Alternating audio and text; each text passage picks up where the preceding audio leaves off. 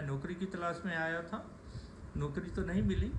एक गैलरी साथ जो बड़े आर्टिस्ट मुझे राम कुमार थे, कृष्ण खन्ना थे, पदम सिंह थे, गायटुंडे थे, तैयब थे। शायद ही कोई बड़ा आर्टिस्ट हो जो वहाँ न आता हो और मेरी उससे जान पहचान नहीं हुई हो, और बाद में तो मेरी पूरी मित्रता हो गई और मैं आत्मसात करता गया कला को।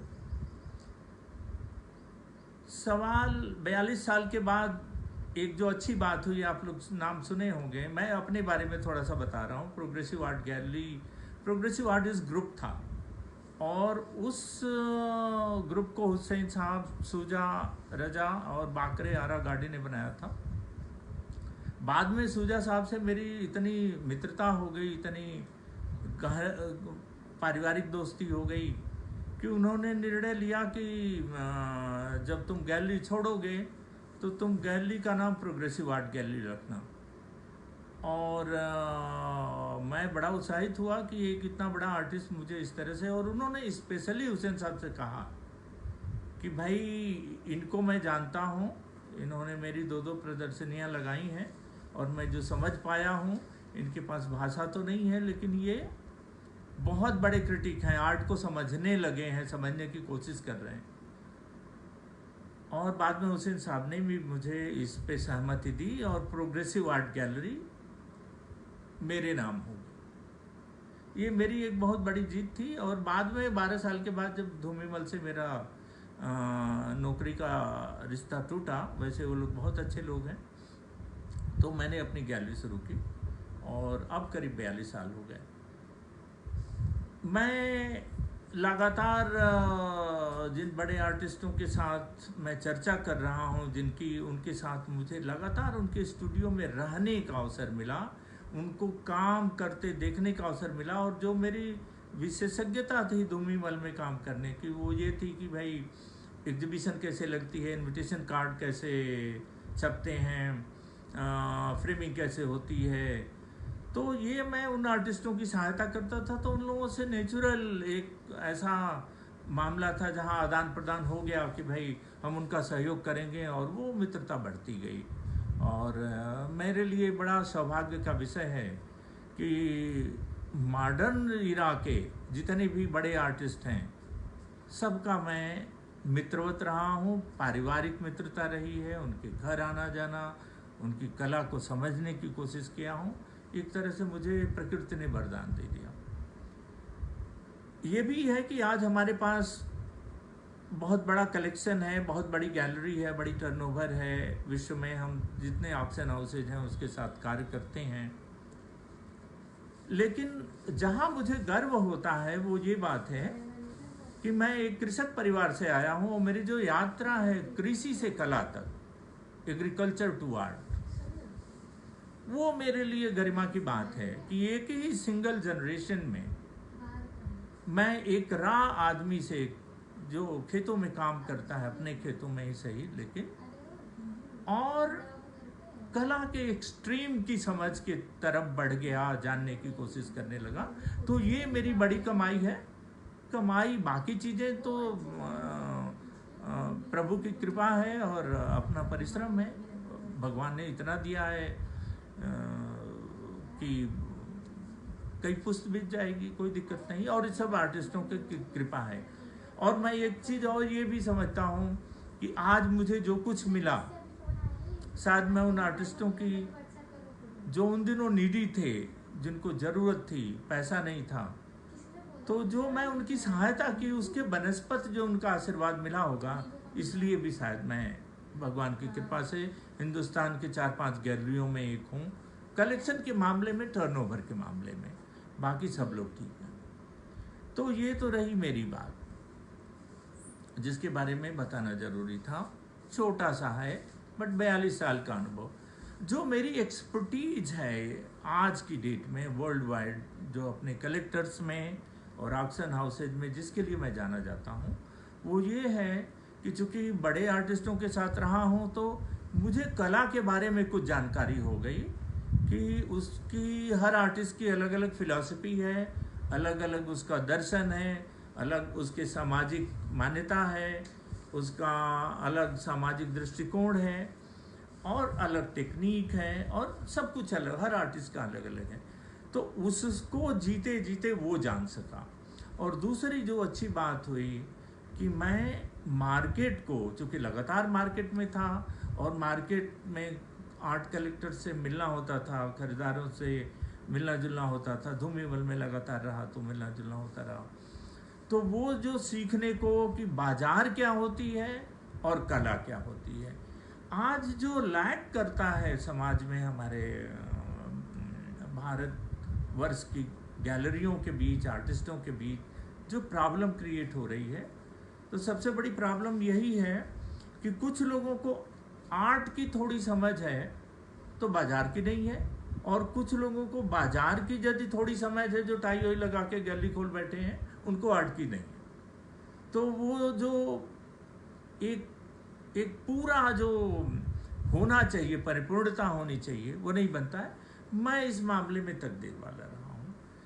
मेरी जो विशेषज्ञता है वो ये है कि ऑथेंटिकेशन की विशेषज्ञता है। ऑक्शन हाउसेज भी मुझे बुला के पूछते हैं। इवैल्यूएशन की प्रॉब्लम है, बड़े बड़े कलेक्टर्स और तमाम लोग, भारत सरकार भी पूछती है कि इसकी कीमत क्या होनी चाहिए।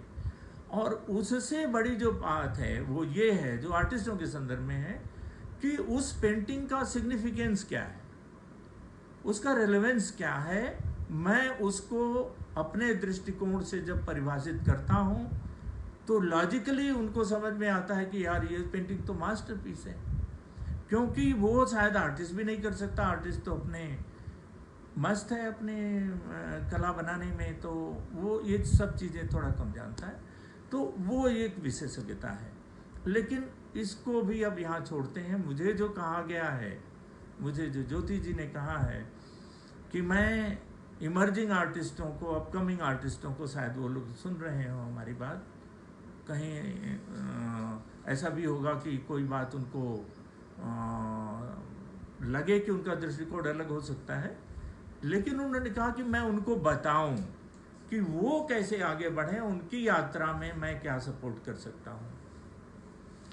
मैं एक साई किस्म का आदमी हूँ, कभी भाषण वाषण देने से बचता रहा, बिजनेस पे कंसंट्रेट किया और सीखने पे कंसंट्रेट किया। तो मुझे नहीं आता, लेकिन फिर भी मैं दो बात कहना चाहूँगा कि आर्ट, सबसे पहली बात तो शुरू करें कि आर्ट होता क्या है। यहाँ बड़ा कन्फ्यूजन है, पूरे देश में इतने कॉलेज ऑफ आर्ट हैं, इतनी फैकल्टीज़ हैं, और मुझे आश्चर्य होता है कि जो फैकल्टीज़ के हेड हैं, प्रोफेसर्स हैं, प्रिंसिपल्स हैं, वो भी कहते हैं कि भाई सिंह साहब हमारा भी थोड़ा कुछ ध्यान रखिए, कुछ प्रमोशन का ख्याल करिए। मुझे शर्म भी आती है, मुझे घमंड इस बात का नहीं है, लेकिन सच्चाई ये है कि यदि हम बंगाल स्कूल के बड़े मुसाए लोगों को, राम किंकर बैच को, नंदलाल बोस को, विनोद बिहारी मुखर्जी को जो जानते हों, जामिनी राय को जो जानते हों, वो जान पाएंगे कि आर्ट होता क्या है। कुछ बनाना आर्ट नहीं होता है, कुछ भी कि हम देखिए, आपने पास कर लिया, बीएफए कर लिया, एमएफए कर लिया, कुछ बना रहे हैं, विजुअली अच्छा भी लग रहा है, सेल भी हो रही है, लेकिन एक्चुअल ये समझ पाना कि आर्ट होता क्या है ज़्यादा महत्वपूर्ण है। तो आर्ट एक पोएट्री है, ये आर्ट एक कविता है जिसका कुछ बना रहे हैं से लेना देना नहीं है। वो यहाँ के समाज को देख के, भविष्य को देख के, वर्तमान को देख के, अपने पीछे पास्ट को देख के, अपने सिविलाइजेशन को देख के, अपने ट्रेडिशन को देख के, अपने संस्कारों को देख के, जो चीज़ अंदर आत्मसात होती है और उसको नई टेक्निक में, नए एस्थेटिक के साथ, नया एस्थेटिक नहीं होता, एस्थेटिक के साथ कहिए, और उसको कहिए कि तुरंत जो एक आश्चर्यचकित करने वाली अद्भुत कला के साथ जो पेंटिंग करता है, जो लिख पाता है विजुअल लैंग्वेज में, वो कला है। कला ज़बरदस्ती कुछ बनाने का नाम तो बिल्कुल नहीं है। मोस्टली आर्टिस्ट मैं देखता हूँ किसी भी सब्जेक्ट को लेके बनाने की कोशिश करते हैं, लेकिन वो नहीं है, वो आत्मा से निकली हुई आवाज़ नहीं है, उस पेंटिंग में सोल नहीं होती। जब सोल नहीं होती है, इसके बारे में मैं अभी संदर्भ में 2 बातें कहूँगा जिससे समझ में आएगा कि ये उसकी बात क्यों कर रहे हैं। जो कविता की तरह बात है तो वो कहाँ से आएगी।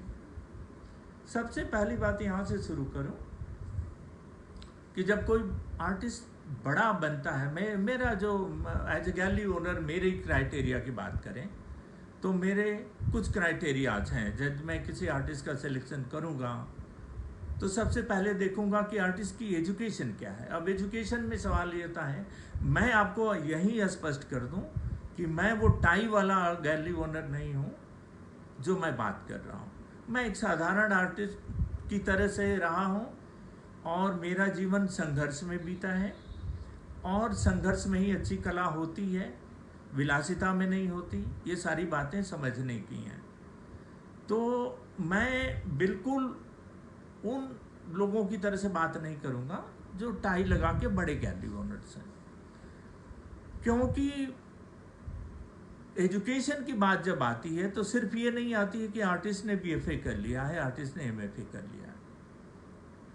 एजुकेशन की बात आती है कि आर्टिस्ट को भारतीय संस्कृति के बारे में कितना जानकारी है, भारतीय दर्शन के बारे में कितना जानकारी है, भारतीय मैथोलॉजी के बारे में कितना जानकारी है, भारतीय राजनीति के बारे में कितना जानकारी है, अपने इतिहास के बारे में कितना जानकारी है, अपने सामाजिक संदर्भ की कितना जानकारी है।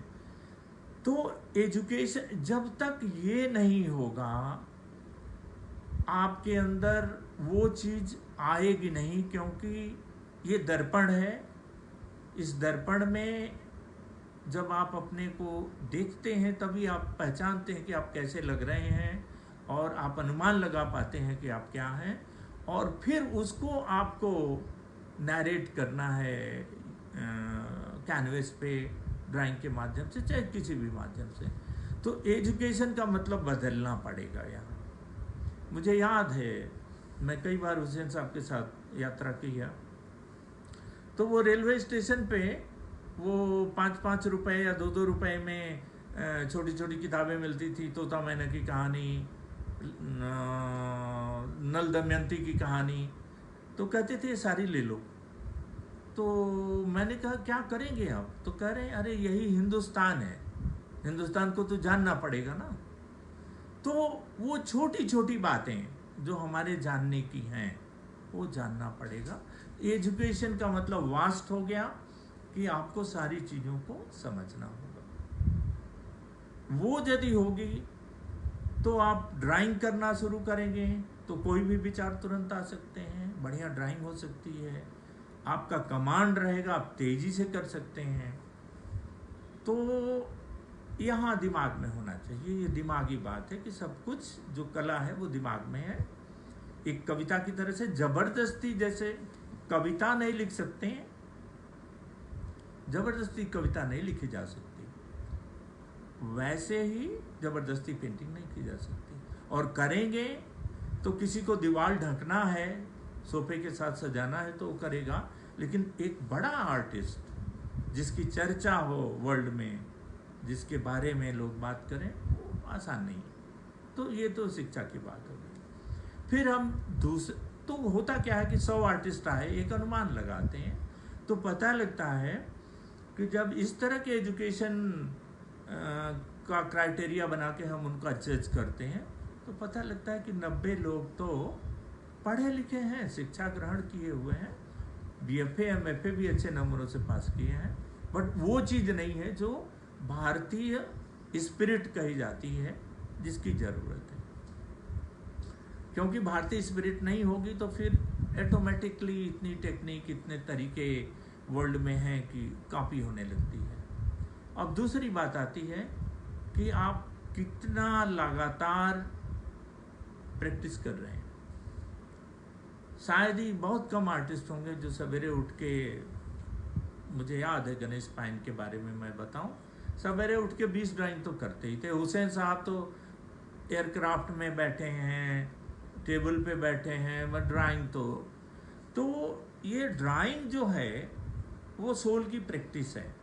लगातार आप 50-100 ड्राइंग दिन भर में न कर जाएं तो आपका कमांड हासिल नहीं होगा। नरेट करने का जो कमांड है, जो कंपोजिशन है, जो फॉर्म है, जो सब्जेक्ट हैं, उस पे आपका कमांड नहीं बनता है। तो कमांड बनाने के लिए आपको ज़रूरी है कि आप निरंतर प्रैक्टिस करें। आपने तय किया है कि हम आर्टिस्ट बनेंगे, किसी ने ज़बरदस्ती नहीं किया था, तो ये तपस्या भी करनी पड़ेगी, क्योंकि बगैर इसके उद्धार नहीं है। तो प्रैक्टिस करने के बाद 2 चीज़ें तो हो गई। फिर अब जब वो 10 बचते हैं तो पता लगता है कि हम उसमें 8 ने तो प्रैक्टिस ही नहीं किया है, तो 2 बचते। अब फिर बात आती है कि विषय क्या चुना जाए, किस विषय पे आर्टिस्ट बात करे। तो वो खोजने लगता है कि कोई वर्ल्ड पर्सपेक्टिव मिल जाए, कोई बहुत वार्म इशू मिल जाए, कुछ करते हैं ऐसा। या बहुत सारे लोग तो कुछ भी इतिहास भूगोल सब करते रहते हैं, ठीक है। अब जो चीज अंदर नहीं है वो जबरदस्ती ढूंढने से नहीं मिलेगी।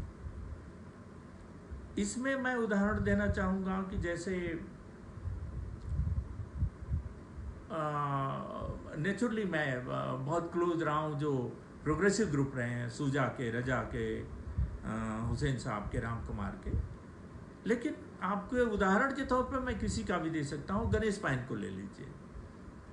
गणेश पाइन ने पूरी जिंदगी एक सब्जेक्ट को पेंट किया, उसका नाम है मिथ। मिस्ट्री क्या होती है? हर पेंटिंग आप देखेंगे, आज से आप ध्यान से देखिएगा, गणेश पाइन की पेंटिंग कहीं भी दिखेंगी तो हर पेंटिंग में मिस्ट्री है कि अरे ये तो नहीं होना चाहिए, ये क्या चीज है, ये तो अद्भुत है। और टेम्परा में जो उन्होंने स्पेसिफिक टेक्निक डेवलप की अपने आप। लेकिन तपस्या क्या है कि वो सवेरे 10 बजे नाश्ते के बाद आके बैठ जाते हैं और उनको 2 बजे तक घर में कोई डिस्टर्ब नहीं करते थे, अब तो नहीं है, तो कोई डिस्टर्ब करने वाला नहीं मिलता था। लेकिन उस मिस्ट्री ने उनको वर्ल्ड वाइड पहचान। यदि साइज के हिसाब से, मीडियम के हिसाब से देखें तो गणेश पाइन बहुत महंगे आर्टिस्ट हैं, हुसैन साहब से और सुजा से भी महंगे हो सकते हैं। तो ये एक बात है कि उन्होंने अपनी जिंदगी का जो सब्जेक्ट रखा वो मिस्ट्री पकड़ लिया। सोमनाथ होर की बात करें, सोमनाथ होर जो हैं गरीब परिवार में पैदा हुए, पॉवर्टी देखी उन्होंने पूरी जिंदगी घाव को पेंट किया। वाउंड क्या होते हैं? अब इसलिए वो जस्टिफाई कर पाए कि वो गरीबी देखे थे, समाज ने उनको जो बातें कही होगी उसको उन्होंने सहा था। तो वो यदि घाव पेंट करेंगे तो वहां कोई गड़बड़ी नहीं है, वो ईमानदारी से नैरेट कर रहे हैं अपनी बात को। गणेश पाइन किसी से नहीं मिलते हैं, कम बात करते हैं, मिस्ट्री कर सकते हैं। खुद आर्टिस्ट को वो होना पड़ेगा तो वो जस्टिफाइड होगा। रजा साहब बिंदु करते हैं, पहले लैंडस्केप भी किया, एब्स्ट्रैक्ट भी बनाई, फिर जब जहन में आया तो उन्होंने कहा कि मैं क्या करूं, तो एक फिलॉसफी तो पकड़नी पड़ेगी। तो उन्होंने बिंदु को पकड़ा। बिंदु से भाई उनका ये था कि भाई डार्ट से ही पूरे विश्व की ब्रह्मांड की उत्पत्ति हुई पड़ी है। तो अलग अलग एंगल से प्रयोग करने लगे, अलग अलग उसमें भारतीय मैथोलॉजी के वर्ड्स का प्रयोग करने लगे। तो एक चीज तो थी कि रजा साहब में एक फिलॉसफी थी। ऐसे ही सूजा तो इन लोगों से बहुत सबसे आगे है। एक उदाहरण दूंगा, शायद समय तो है अभी। जब सूजा लंदन में थे तो पेंटिंग बना के फ्रांस में उनके 3-4 कलेक्टर थे, 4-5 थे, 6 थे, वहाँ ट्रेन में बैठे लेके चले जाते थे बेचने के लिए। 8-10 पेंटिंग उठाई, चले गए, दिखाया। मुझे पर्सनली उन्होंने बताया, हर बार का उनका नया एक्सपीरियंस रहा। एक कलेक्टर का मूड है, देखते अरे सूजा क्या कमाल कर दिया, 6 की 6 रख दो, हमारी हो गई, ये लो पैसे। वही थोड़ा और मूड में आके सूजा ने 8-10 और काम किए, और जब ले गए तो उसने कहा यार सूजा तुम क्या खराब काम कर रहे हो। का मतलब ये था कि कलेक्टर का मूड नहीं था, उसके पास पैसा नहीं होगा या टाइम नहीं होगा, लेकिन सूजा की पेंटिंगें तो उससे बेहतर थी। लेकिन फिर दूसरे के पास, हाँ सूजा ये कुछ खास काम नहीं है और इम्प्रूव करो। तीसरे के पास ले गए, अरे सूजा ये तो तुम तो पिकासो से भी बढ़िया काम कर रहे हो। तो बाद में ये जो 6 लोगों के कटाक्ष, 6 लोगों की बातें, 6 लोगों को समझने की कोशिश सूजा ने किया, तो उन्होंने एक सीरीज बनाई, 6 जेंटलमैन ऑफ देयर टाइम, अपने समय के 6 लोग।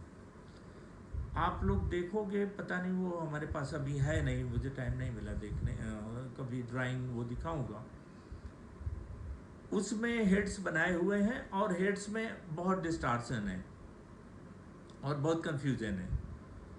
तो वो दिखाने की कोशिश कर रहे हैं कि एक्चुअल मेरे काम में कोई दिक्कत नहीं है, प्रॉब्लम उनके दिमाग में है। उन्होंने तीर भी लगाए, गर्दन में लगाए, सर में लगाए, उनके मारा, उसमें पेंटिंग्स में बनाया हुआ है। वो पेंटिंग ब्रिटेन में हिट हो गई। देखते ही लोगों ने कहा ये होता है। देखो सूजा जब छोटे थे तो उनको चिकन पॉक्स हो गया था, थोड़ा फेस चिकन पॉक्स के दाने होने से अच्छा नहीं लगता था, तो कॉलेज अपार्ट में लड़कियां सिंपली उनको थोड़ा अवॉइड करती थी। और ये बड़ी सिंपल बात है, इसमें कुछ बहुत गहन में जाने की ज़रूरत नहीं है। लेकिन वो थोड़ा बहुत वोकल भी थे, बोलते भी थे, तो उससे भी हो रहा होगा। बट एनीवे, तो सूजा ने उस परिस्थितियों का बदला कैसे लिया। देखो बदला भी आर्ट हो सकता है क्या, मैं बताता हूं। तो उन्होंने तमाम लेडीज को न्यूड बनाया,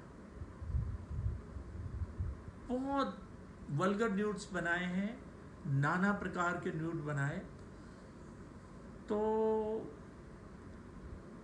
हमसे उनकी चर्चा होती रहती थी, तो बोले कि देखो ये हमारा जो अंदर का दुख है, वेदना है, ये बदला लेने की जो भावना है वो निकल रही है, मैं कुछ जबरदस्ती नहीं बना। तो आर्ट से भी बदला लिया जा सकता है, ये आर्ट है, हो सकता है, इसे आर्ट कह सकते हैं। बहुत सारी लेडीज को उन्होंने बड़े खराब फेसेस दिए हैं। तो सूजा वहां तक पहुंचे हैं, लोग तो ब्यूटी बनाते हैं ना, किसी भी चीज का सौंदर्य बोध देते हैं। वो कहते हैं कि नफरत की ब्यूटी क्या होती है, वहां तक पहुंचे हैं, क्रॉस कर गए बॉर्डर कि नफरत की ब्यूटी। तो मैं आप लोगों का, मैं समझता हूं दिमाग खराब कर रहा हूं, लेकिन आर्ट जो है वो यही है, ये नशा है, ये भूत है। जो हो वही आर्ट होना चाहिए। मैं जब सिग्निफिकेंस लिखता हूं तो यदि आर्टिस्ट की लाइफ के साथ उसकी पेंटिंग, उसकी फिलॉसफी के साथ मैच नहीं खाती है, तब कहा जाता है कि भाई ये कहीं ना कहीं से कुछ इमेजिन करके बस छाप दिया गया है। फिर आर्टिस्ट भी नाराज होते हैं कि यार ये आदमी बड़ा काबिल बनता है, अपने को 30 मार्क का। अब मेरी मजबूरी है, मुझे सच्चाई नहीं बताऊंगा तो मेरी मार्केट खत्म हो जाएगी। मेरे कहने का मतलब है कि कोई ना कोई वैल्यू जो मानवीय वैल्यू है, कोई फिलॉसफी, कोई साइंटिफिक इवैल्यूएशन, कोई सामाजिक दृष्टिकोण जो मानवीय संदर्भ को बहुत प्रमोट करता हो, बहुत उज्जवल बनाता हो, यदि उस तरह की फिलॉसफी आर्टिस्ट एडॉप्ट कर लेगा, जिस एनवायरनमेंट में वो जीता है, बढ़ता है, खाता है, वो यदि रिप्रेजेंट करेगा तो डेफिनेटली वो बेहतर करेगा। मैं समझता हूँ कि हर आर्टिस्ट जो है वो सबसे विवेकशील प्राणी इस समाज का होता है और उसकी बड़ी जिम्मेवारियां भी हैं। तो सबसे विवेकशील प्राणी मजाक नहीं कर सकता, उसको छूट नहीं दी जा सकती है। फिर ओरिजिनल आर्ट के लिए देखिए, ओरिजिनल आर्ट का मेरा मतलब है कि उसकी स्पिरिट होनी चाहिए, उसकी फिलॉसफी होनी चाहिए। ओरिजिनल आर्ट से ये मतलब नहीं होता है कि वो पेंटिंग को हुसैन साहब की देख के किसी ने हुसैन बना ली, वो तो हम 1 मिनट में पकड़ लेते हैं। लोग तो कॉपी करते हैं, कॉपी कर देंगे। लैंग्वेज कौन पकड़ेगा? लैंग्वेज तो हम पकड़ेंगे ना। लता जी पंचम स्वर में कब उठाएंगी? जो लता जी को पढ़ रखा हो, जानता हो, पकड़ लेगा। हम सूजा की लाइन पकड़ेंगे ना, क्योंकि हम लय से पकड़ेंगे। हम कैसे कॉपी हो सकता है बेहतर हो, लय फिर भी नहीं मिलेगी, तो पकड़ा जाएगा। वो कोई लोग कहते हैं कि भाई ये तो फेक पेंटिंगें बिक रही हैं। भाई जो खरीदने वाले हैं वो जाने, जो बेचने वाले हैं वो जाने। हमारे संज्ञान में जब चीज़ें आती हैं एकदम करेक्ट हो जाती हैं। इसीलिए भगवान ने ये किया। एनीवे, इस पे नहीं जाते। तो ये हो गई कि क्या सब्जेक्ट, क्या फिलॉसफी, ये तमाम आर्टिस्टों ने ये किया है। ये नहीं कि हुसैन साहब ने नहीं किया, राम कुमार ने नहीं किया, गायटुंडे ने नहीं किया। गायटुंडे तो कहते हैं कि मैं वो पेंट कर रहा हूँ जो कुछ नहीं है, जो दिखता ही नहीं है। कोई करके दिखाए जो होता ही नहीं है, जो डिजर्व नहीं, जो दिख नहीं सकते, जो एकदम एब्स्ट्रैक्ट है, जो वो खुद ही नहीं देख पाते हैं। लेकिन एक पेंटिंग 8-8 महीने में गाटुंडे के घर जाता था बरसाती में, निजामुद्दीन में। 8-8 महीने, 10-10 महीने में नहीं पूरी होती थी। एक पेंटिंग की बात कर रहा हूँ। अच्छा, ये आर्टिस्ट के इस संदर्भ में भी आएगा कि आर्टिस्ट का जैसे ही बिकने लगता है, पेंटिंगें बनाना बढ़ा देता है। आर्टिस्ट 10 बना रहा होता है, 20 बना लेता है। कंट्रोल कितना गायटुंडे का है। यदि 8 महीने में, 10 महीने में एक पेंटिंग बिकेगी तो एक पेंटिंग की कीमत 30 करोड़ हो सकती है। यदि आपने प्रोडक्शन ही करना है तो आप तो कमोडिटी में हैं, उसके तो कोई गेम है, वो जो जैसे करेगा। शायद हम नहीं हैं उसमें, मेरी मजबूरी है, मैं जानता भी नहीं, तो वो भी एक चीज़ होती है। चौथी बात होती है, यदि हमारे क्राइटेरिया पे ही आ जाएं सीधे, तो ये होता है कि भाई आप अपने को प्रेजेंट कैसे करते हैं। आर्टिस्ट प्रेजेंटेबल कैसे है, कितना प्रेजेंटेबल है। अब आर्टिस्ट तो नेचुरली उसका काम नहीं होता है कि खुद बातें करे, आर्ट कलेक्टर से करे या मार्केट में जाए। ऑक्शन हाउसेज तो आर्टिस्ट से बात करते नहीं हैं, वो तो उनके रिप्रेजेंटेटिव से बात करते हैं, उनके गैलरी ओनर से बात करते हैं, तो वो बेचारा जाएगा कहाँ। तो अब बात आती है कि गैलरी ओनर के साथ रिश्ता आर्टिस्ट कैसे बनाए। तो जहाँ 98% गैलरी ओनर्स ही एजुकेटेड नहीं है, तो रिश्ता बना लो नहीं बना लो कोई फर्क नहीं पड़ता। क्योंकि यहाँ ये आर्ट हमारा बिल्कुल रसातल में गया है। इसकी बहुत सारी वजहें हैं। ये भी एक वजह है कि स्ट्रक्चर्ड नहीं है, ऑर्गेनाइज्ड नहीं है, और एक लॉजिकल जो बिजनेस करने का संदर्भ है, जो करीब करीब बाहर अडॉप्ट है, और बाहर की गैलरियाँ बहुत ही मतलब कमिटेड हैं। हमने जाके सीखा है लगातार उनसे, और उस तरह से काम करना शुरू किया तो सफलता मिली। तो गैलरीज के साथ रिलेशन कैसे बने? अब मैं तमाम उन आर्टिस्टों के लिए एक उदाहरण पेश करता हूँ। शाहरुख खान जैसे मेरे ख्याल से हजारों लड़के बढ़िया डायनेमिक पर्सनालिटी के बॉम्बे में होंगे, बट शाहरुख खान क्यों? उनसे अच्छी क्षमता के एक्टर मैं बता रहा हूँ। वजह उन्होंने ऑब्जर्व किया, बहुत धक्के खाए, बहुत बुरी बातें सुनाई गई उनको, लेकिन उन्होंने निर्णय किया था कि हम तो यश चोपड़ा साहब के कैंप में रहेंगे, उनको चाय बना के पिलाएंगे, उनको पानी पिलाएंगे, काम तो मुझे वहीं करना है। मैं आर्टिस्टों के साथ ऐसा नहीं कहता, लेकिन कहीं रिलेशनशिप उस गैलरी ओनर से, उस मैनेजर से, हम लोग आर्टिस्ट के मैनेजर ही हैं। और मैं आपको साफ साफ बता दूं कि मैं आज जो कुछ भी हूं, मेरा जो भी वजूद है आर्टिस्टों की वजह से। तो जो कुछ भी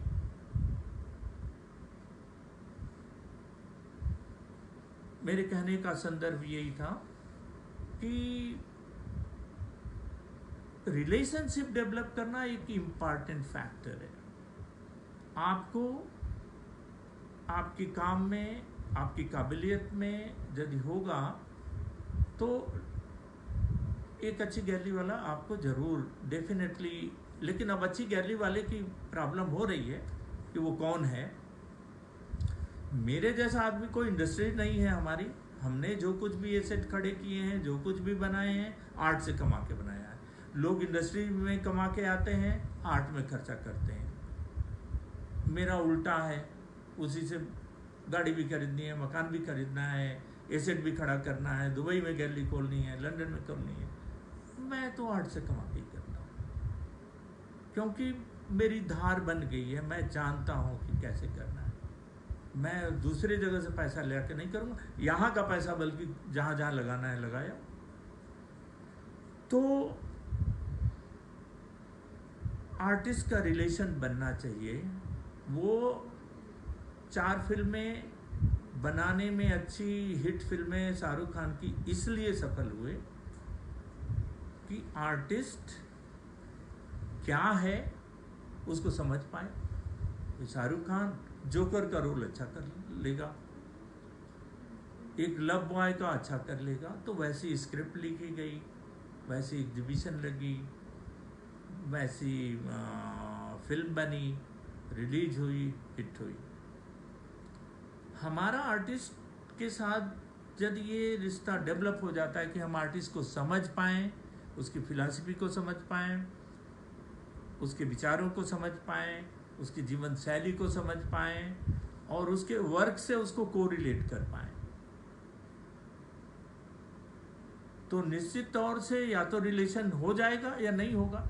नहीं होगा तो हम विड्रा करते हैं। देखिए, हम कह नहीं सकते आर्टिस्ट को कि नहीं हमें तो नहीं समझना, मेरे से तो ये भी नहीं होता। हाँ, विड्रा कर सकते हैं कि हाँ चलो बात करेंगे, और बात नहीं करेंगे, क्योंकि वो चीज़ बहुत लोग कर सकते हैं। मेरे क्राइटेरिया में नहीं आता, शायद हम नहीं कर पाते हैं, तो ये थोड़ा मुश्किल होता है। हमारी भी मजबूरियां हैं, हम सबको नहीं कर सकते। और वैसे ही प्रकृति ने ऐसा अवसर दिया कि जिन लोगों के साथ बचपन में ही रहने का, मैं 20-22 साल का था तो हुसैन साहब के साथ चाय पीता था, उनके साथ उनके घर जाके खाना खाता था, हर संडे को बिरयानी खिलाने के लिए बुलाते थे। तो वो अवसर प्रकृति ने दे दिया। तो अब ये होता है कि यार रहने दो, अब ये जो शोरूम मॉडल है कि गैलरी खोल के बैठे हैं, पेंटिंग दिखा रहे हैं, वो नहीं।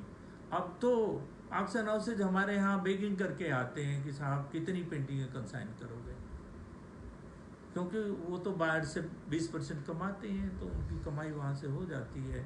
तो हमसे कितना लाट ले गए कितने का, वो उसके उनके फ़ायदे में जुट जाएगा। बट ये वाइस वर्सा करना एकदम ये उल्टा चक्का घुमाना आसान नहीं था, बहुत बहुत मेहनत लगती है, सच्ची बता रहा हूँ। बड़ा आसान है, लोग कह देते हैं कि कमा लिया यार उसने, बट जो हार्वर्ड से पढ़ के आया है, जो ऑक्सफोर्ड से पढ़ के आया है, हजारों करोड़ का बिजनेस कर रहा है जो कलेक्टर, बिल्कुल बेवकूफ़ नहीं है, नहीं बनाया जा सकता उसको। ये सब बातें जो होती हैं ये छोड़ देने की हैं। आलतू फालतू बहुत लोग बाहर आते हैं, वो लोग ले लेंगे, वो बातें चर्चा में आ जाएगी, उसका निगेटिव पब्लिसिटी भी हो जाएगी, आर्ट पे उसका असर भी पड़ेगा, आर्ट मार्केट भी खराब होगी, ये सारी चीज़ें चलती हैं। इसी संदर्भ में मैं एक चीज़ और कह सकता हूँ कि गैलरी के चुनाव में या फिर आर्टिस्ट जैसे मैं हूँ, मैं किसी आर्टिस्ट के चयन करने के लिए उसके बारे में सुना देखा कहीं, मैं उसको खुद कांटेक्ट करूँगा। ये भी होता है, होना तो यही चाहिए, ये होता भी है, लेकिन थोड़ा अभाव है अभी। बहुत दिनों से मैं देख रहा हूँ कि अपने लेवल पे जो हर आर्टिस्ट महान बनना चाहता है, हुसैन, शुजा, रजा, और बन सकता है, उसके नाम से ही बनेगा, दूसरे नाम की नकल करने की ज़रूरत नहीं है। लेकिन ये जो अग्निपथ आपने रास्ता चुना है, हम लोगों की आकांक्षा यही हो जाती है कि सबसे पहले तो हमें लग्जरी लाइफ में आ जाना है। आजकल शादी वादी कर लो तो पत्नियां डेफिनेटली चाहती भी हैं कि लग्जरी लाइफ मिले, हमारा फर्ज भी है कि उनको दें, लेकिन फिर जहाँ संघर्ष कम हुआ, जहाँ संघर्ष में बाधा पड़ी, जहाँ हमको पेन नहीं होगा, वहाँ हम महसूस नहीं करेंगे। फिर वो भावना, वो दृष्टिकोण यदि कैनवस पे नहीं आएगा तो प्रभावशाली नहीं होगा, उसमें आत्मा नहीं आएगी। यदि पेंटिंग में आत्मा नहीं है, जैसे कोई मंदिर की स्थापना होती है और उसका ये होता है, अभिषेक होता है कि उसमें भगवान की आत्मा डाली जाती है, वैसे ही आर्टिस्ट की पेंटिंग में जब वो आत्मा होगी, जब वो सोल होगा, तो जो बड़े बहुत कम लोग हैं जो आर्ट को समझते हैं, बहुत सारे कलेक्टर्स बिल्कुल नहीं कुछ जानते, खरीदते हैं, वो स्टेटस के लिए खरीदते हैं। कई लोग खरीदते हैं, जो रियल कलेक्टर हैं वो हैं, बहुत कम हैं, बट सब जानते हैं। वो आपकी फिलॉसफी पे महीनों खुश रहते हैं कि ये आर्टिस्ट ने ये फिलॉसफी प्रेजेंट किया है, और ये उनके लिए इसीलिए वो कलेक्टर हैं कि उस पेंटिंग के दीवाने हैं, वहीं बैठ के कॉफ़ी पीते हैं, हमें डिनर पे भी बुलाते हैं, चर्चा भी करते हैं। दूसरे हैं स्टेटस के लिए लेते हैं कि हमारे पास हुसैन है, सूजा है, रजा है, राम कुमार है, गाटुंडे तैयब है, हमारे ड्राइंग रूम में, हम बड़े आदमी हैं, जो करना है कर लो, मंजूर, वो ठीक कर रहे हैं। कुछ लोग इन्वेस्ट करते हैं कि भाई इसका दाम बढ़ जाएगा क्या। दाम बढ़ने की प्रक्रिया बड़ी टेढ़ी है, आर्टिस्ट का बिकने लगा तो वो क्वांटिटी बढ़ा देता है, तो रुक जाएगा। डिमांड सप्लाई, देखो मार्केट तो मार्केट है, मार्केट का खुद है। तो उसी संदर्भ में मैं शाहरुख खान की खोज के संदर्भ में कि कैसे एक आर्ट डायरेक्टर और एक आर्टिस्ट की तरह से ही वो रिश्ता बनना चाहिए, वो रिश्ता बने, इसमें बड़े छोटे होने का संदर्भ नहीं है। मैं बिल्कुल क्लियर कर देना चाहता हूं कि आर्टिस्ट बड़ा होता है, गैलरी ओनर छोटा होता है।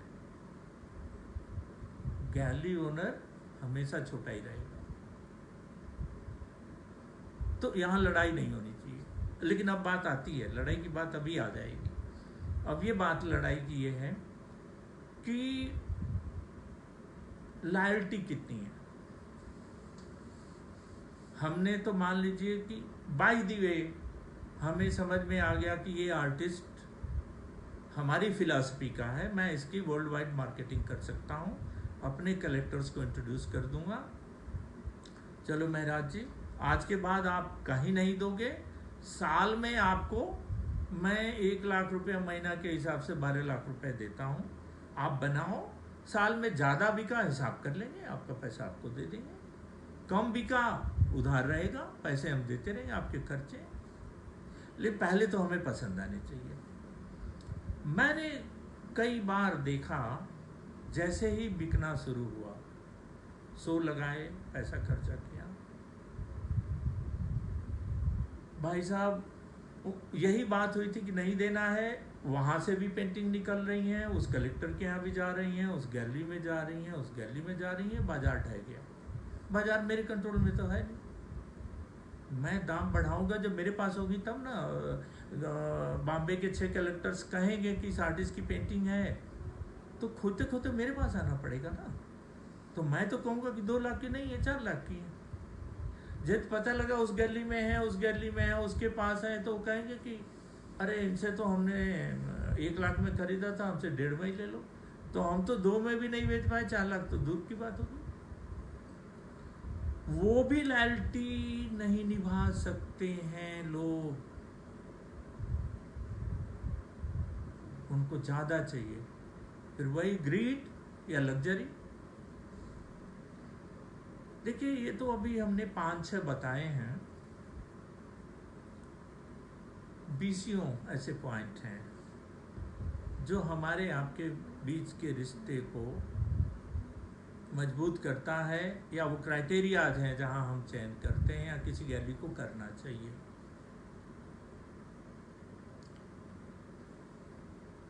अब ये दूसरी बात यहाँ आ जाती है कि apart from gallery, apart from each and everything, यदि आर्टिस्ट ने अपना ट्रैक, अपनी टेक्निक, अपनी फिलॉसफी, अपनी मेहनत, अपना रात को कभी 9 खा के सोने की क्षमता यदि वो विकसित कर लेता है, तो हमें तो आज नहीं तो कल उसके यहाँ जाना ही है। हम कहाँ जाएंगे? हमारे बच्चे जाएंगे। आर्ट तो बोलता है, आर्ट तो बोलेगा। तो आप विनम्र होके अपनी रचना पे ध्यान दें, कुछ पढ़ें, लगातार प्रैक्टिस करें, अच्छे ह्यूमन बीइंग बने, जिसके साथ हों लॉयल हों। कोई आपको बड़ा बनने से नहीं रोक सकता है। सैकड़ों की, हजारों आर्टिस्टों की रेस है, उसमें आपको यदि नंबर 1 दिखना है तो आउट ऑफ द ब्लू कुछ निकालना होता है, मानव के उस संदर्भ को निकालना होता है। बहुत सारे अभी आर्टिस्टों को देखा, वो सब भेज रहे थे हमने कोरोना पे काम किया है। इससे थोड़े ना होता है यार, कोरोना पे क्या काम कर देंगे? वो तो वही हुआ ना, इमेजिन करके कुछ बना रहे, बना दो। हम वैल्यूज की बात करते हैं, हम लाइफ के प्रिंसिपल्स की बात करते हैं, हम एस्थेटिक की बात करते हैं, हम एथिक्स की बात करते हैं, हम मानवता की बात करते हैं, हम सोसाइटी के भविष्य की बात करते हैं, हम विश्व मानवता की बात करते हैं। हम कोई छोटी बात नहीं करते, या कोई बहुत छोटे वैल्यू को लेके भी काम कर सकते हैं, जिसकी गणना बहुत महत्वपूर्ण हो। जैसे रजा साहब का बिंदु हो गया, या किसी का घाव हो गया, किसी का कुछ हो गया। तो हर आर्टिस्टों ने, मैं बता रहा हूँ आपको, हुसैन साहब का अपना संदर्भ रहा है, अपना राइट ट्रैक रहा है। हुसैन साहब ने जितना संघर्ष किया है, आप लोग सोच भी नहीं सकते। आसान नहीं, बड़ा आसान होता है, वो करोड़पति थे और ये थे वो थे, बट एक एक पैसे के लिए लड़ना पड़ता था। बड़ी फैमिली थी, 6 बच्चे, बीवी, खर्चे, उड़न तो दिमाग, कहीं भी चले जाना, परवाह नहीं पैसे की। तो पैसा कमाना भी तो चाहिए, किसी को कन्विंस कर पाना कि हमारी आप पेंटिंग ले लें, इतना आसान नहीं होता। इस संदर्भ में उन्होंने कितने लोगों को क्या क्या कन्विंस किया, मैं जानता हूँ इस कोरोना टाइम में मैंने करीब 26-27 दिनों में मेरी 2-3 किताबें हैं, काफ़ी टेबल बुक है मेरी गैलरी की। मैंने एक किताब लिखी how to invest in art collectors के लिए है, और भी किताब म्यूजियम सेफ्टी पे मैंने लिखा है। लेकिन अभी एक किताब लिखा हूँ जो मेरे 42 साल का अनुभव है अलग अलग आर्टिस्टों के साथ, इसको लिख डाला हूँ, ये उपयोग किया है। आप लोगों ने तो अपने घर में काम किया होगा, और आप लोग लकी हैं कि आप लोगों को प्रकृति ने काम करने का अवसर दिया।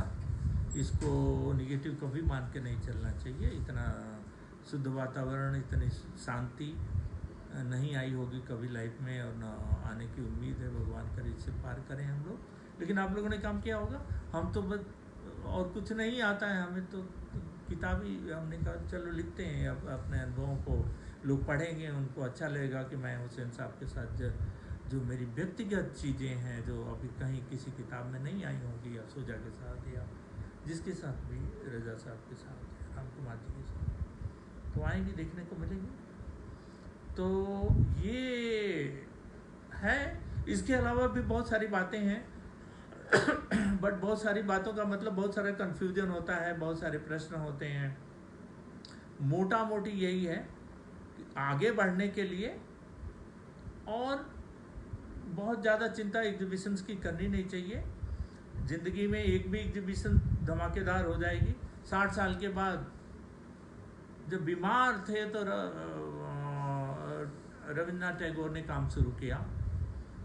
वो भी किसी ने इंस्पायर किया कि जब वो किताब लिखते हैं तो जो गलती हो जाती है तो उसको काटते इतना बढ़िया है कि वो डिज़ाइन बन जाता है। तो उन्होंने बताया डूडलिंग आप बहुत बढ़िया करते हैं। तो फिर वो उसी हिसाब से उन्होंने कुछ ड्राइंग बनाना शुरू की। फिर थोड़ा वो कुछ कलर वलर कोशिश किए, मिल गई। तो चूँकि कवि तो थे ही, सेंसिटिव थे, वो जो सेंसिटिव अप्रोच है वो ट्रांसफ़र कर दिया उन्होंने अपनी पेंटिंग्स में। वो जब पहली एग्जीबिशन उनकी बाहर लगी तो काबिल तारीफ बात हो गई। एक एग्जीबिशन, वो नेशनल ट्रीजर है उनकी पेंटिंग्स। एक एग्जीबिशन से नेशनल ट्रीजर भी बन सकते हैं।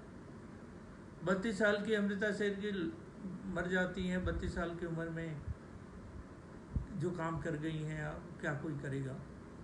तो कहने का मतलब ये है कि बहुत सारी एग्जीबिशंस भी कोई मायने नहीं रखती हैं, बहुत सारी उम्र भी और काम करना भी मायने नहीं रखता है। एक एक काम में आपको जान लगाना पड़ेगा। हम जैसे बहुत, मतलब मैं तो नहीं मानता, एक से एक काबिल लोग हैं। जब आप 10 काम करें, स्टूडियो में आमंत्रित करें काबिल लोगों को, जो बढ़िया क्रिटिक हो सकता है, बढ़िया आर्टिस्ट हो सकता है, उसे पूछें आप कि आप अपने दृष्टिकोण से बताइए कि मैंने क्या किया है। वही लोग आगे आपकी चर्चा करेंगे। तो ये बुलाना उलाना आर्टिस्ट का यही होता है, और कुछ नहीं होता है। खाने पीने के लिए किसी के पास, सबके पास है सब। तो लेकिन उन लोगों को बुलाना चाहिए। मैंने देखा है, मुझे एक आध बॉम्बे के आर्टिस्ट ने कहा कि मेरी पेंटिंग में ग्रोथ कैसे हो।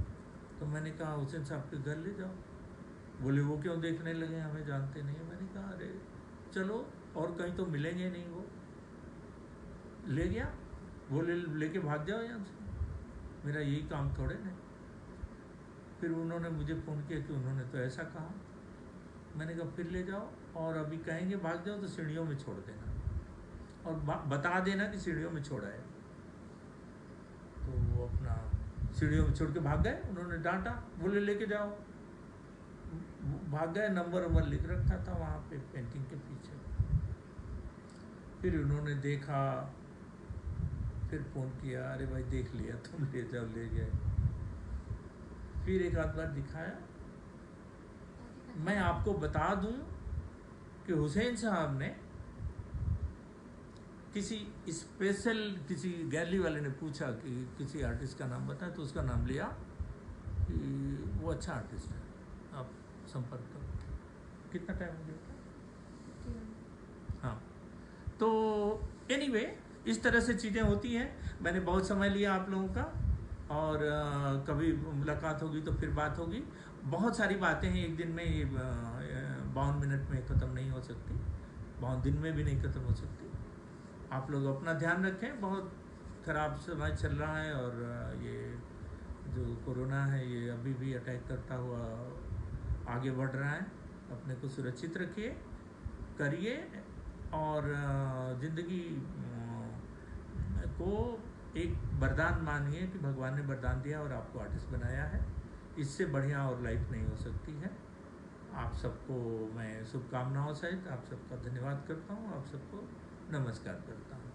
नमस्कार।